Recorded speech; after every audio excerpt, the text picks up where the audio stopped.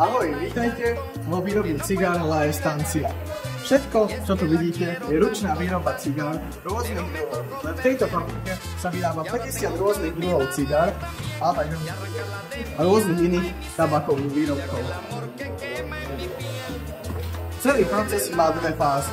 Najprv sa cigára rozšuľa, pripraví a následne sa stlačí a prejde výstupnou kontrolou. Tu vidíme prvé šuľanie cigáry.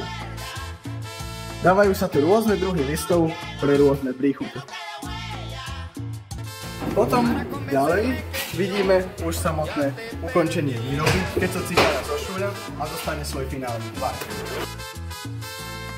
Tu na boku uvidíte list na cigáru. Po zošuľaní sa musí ešte cigára stlačiť, aby svoj tvar nestratil.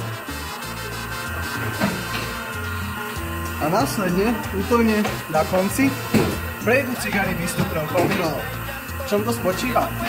Všetky cigary sa dajú do hydraulického lisu alebo prístrojovú kontrolu, ktorí skontrolujú, či nie sú zošuľané veľmi tuho alebo veľmi mäkko. Ak by boli zošuľané veľmi tuho, nešiel by cez nich vzduch ani dali by sa fajčiť.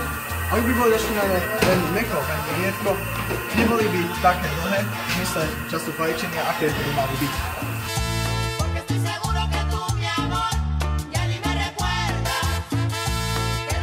Momentálne sa nachádzame v hlavnom humidore fabriky.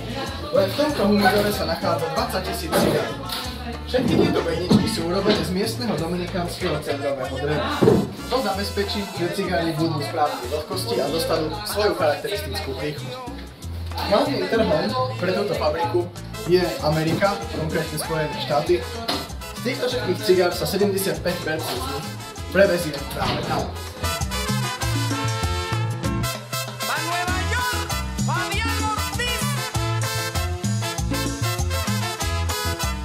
A sme na konci tovara. Tu vidíme všetky cigary, čo sa tu zošuľali, pekne naukladané, pripravené na predaj. Sú tu pekne roztriedené na ľahké, stredné a ťažké. Ľahké sú vhodné pre začiatočníkov, pre niekoho, kto úplne nefajčí. Samozrejme, čím sú ťažšie, tým sa fajčia dlhšie a je z toho aj taký ten väčší chuťový zážitok. No pre začiatočníkov to nie je práve najvhodnejšie.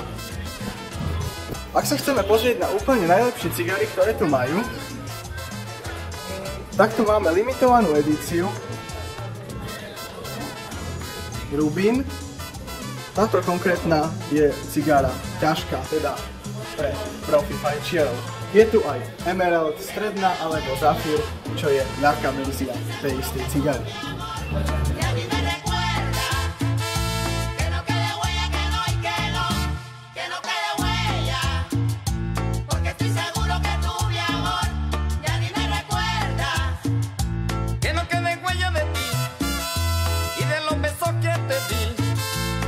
Convencerme